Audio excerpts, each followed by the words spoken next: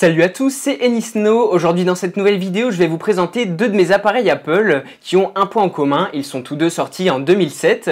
Il s'agit du tout premier iPod Touch et du tout premier iPhone, aussi appelé iPhone 2G.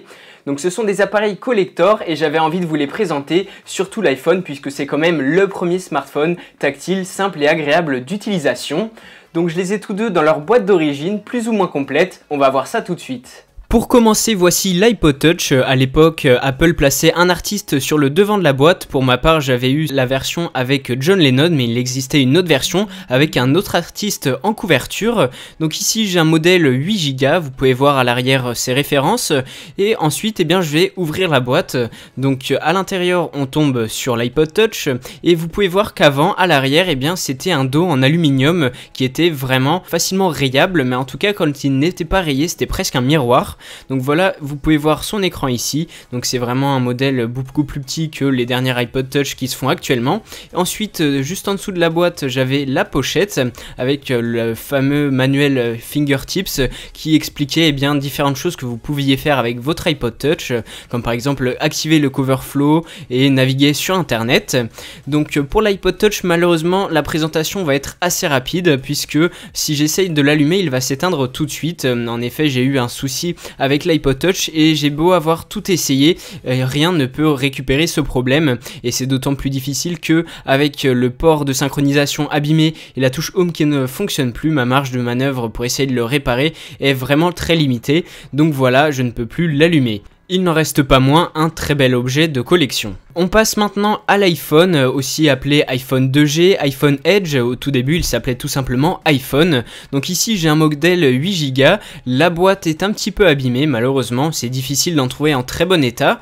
Donc derrière, j'ai les références. C'est un modèle américain, donc avec l'opérateur AT&T à l'arrière. Et puis, j'ai les références de l'appareil. Donc je vais sortir cet iPhone de sa boîte. Petit unboxing. Donc pour commencer, il y avait une sorte de chiffon, un petit tissu qui était placé par-dessus l'iPhone qui permet de nettoyer l'écran. Actuellement, Apple ne propose plus ce genre d'accessoire, c'est dommage.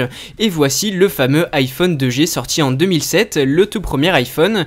Donc il fonctionne celui-ci et j'ai un petit film plastique sur l'écran que je vais retirer après. Malheureusement sur l'écran j'ai quand même une bonne rayure, mais autrement l'état global de l'appareil est plutôt bon. Donc j'ai tout qui fonctionne et voilà, le dos est lui aussi pas trop abîmé, pas trop de rayures.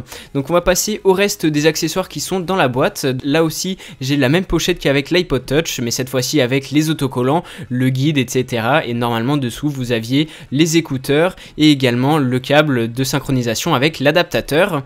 Donc on va regarder un petit peu ce qu'il y a sur cet iPhone qui fonctionne. Donc vous pouvez voir son dos, il est vraiment beau. Alors il y a le cache de l'antenne en bas qui est noir. Et donc voici à quoi il ressemble une fois allumé. Donc on va commencer par se rendre sur les réglages pour voir sur quelle version on est. Donc malheureusement ce n'est pas iOS 1.0, il a été mis à jour en iOS 3.1.3, donc la dernière version d'iOS qui peut être installée sur cet iPhone.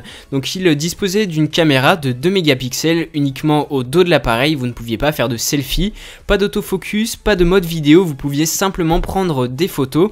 Donc c'est ce que je vais faire ici. Et puis la grande nouveauté avec ces iPhones qui étaient des téléphones tactiles, vous pouvez d'un pincement de doigt zoomer sur la photo et ça à l'époque c'était vraiment un truc énorme de pouvoir comme ça zoomer facilement sur une photo. On avait également l'application météo qui aujourd'hui sur iOS 10 est bien différente, mais globalement vous avez le même principe avec des cartes pour chaque ville. Vous aviez également Safari, mais actuellement si vous essayez de l'utiliser c'est vraiment lent. Et puis j'ai essayé d'ouvrir par exemple la page de ma chaîne YouTube directement en utilisant Safari et malheureusement la page s'affiche blanche. Ensuite au niveau des fonds d'écran, voici ce qu'on avait à l'époque d'iOS 3.1.3. Donc perso j'utilisais celui avec la Terre qui était représentée et les fonds d'écran vous ne pouvez le mettre que sur l'écran verrouillé et non pas derrière vos icônes. On a également YouTube, l'application YouTube. Malheureusement le support de l'application a été arrêté et vous ne pouvez plus vous en servir. Sur cet iPhone vous aviez un port jack tout en haut. Malheureusement vous le savez depuis l'iPhone 7 ça n'existe plus sur les iPhones. Ici, eh bien, j'ouvre l'App Store et on va voir que l'App Store va bien se charger. Malheureusement, avec iOS 3.1.3, vous ne pouvez pas faire grand chose.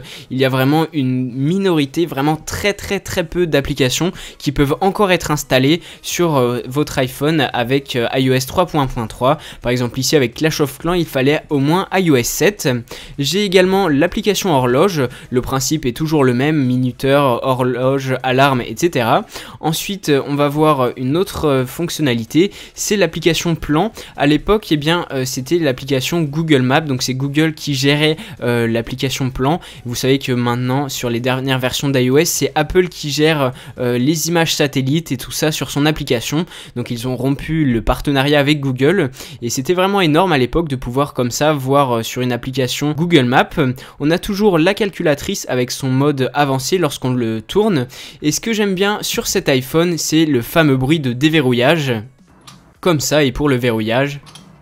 Donc voilà, c'est un petit appareil comme ça collector et c'est sympa d'avoir un appareil comme ça et vous l'avez peut-être vu, je le mets habituellement en fond de vidéo parce que c'est quand même un bel objet. Voici l'iPod Touch et l'iPhone côte à côte, donc l'iPod Touch est beaucoup plus fin, en même temps il n'y a pas les composants qui permettent de téléphoner à l'intérieur de l'iPod Touch, il est plus fin, il est plus petit et puis vous voyez que le dos n'est pas en aluminium comme sur l'iPhone et malheureusement pour moi un seul des deux appareils fonctionne. Voilà pour ces deux appareils qui sont chacun la première version d'une série d'appareils Apple. Dites-moi dans les commentaires si vous aussi vous avez comme ça un appareil Apple un peu collector. N'oubliez pas de vous abonner à ma chaîne, de me suivre sur Twitter, Facebook, Instagram.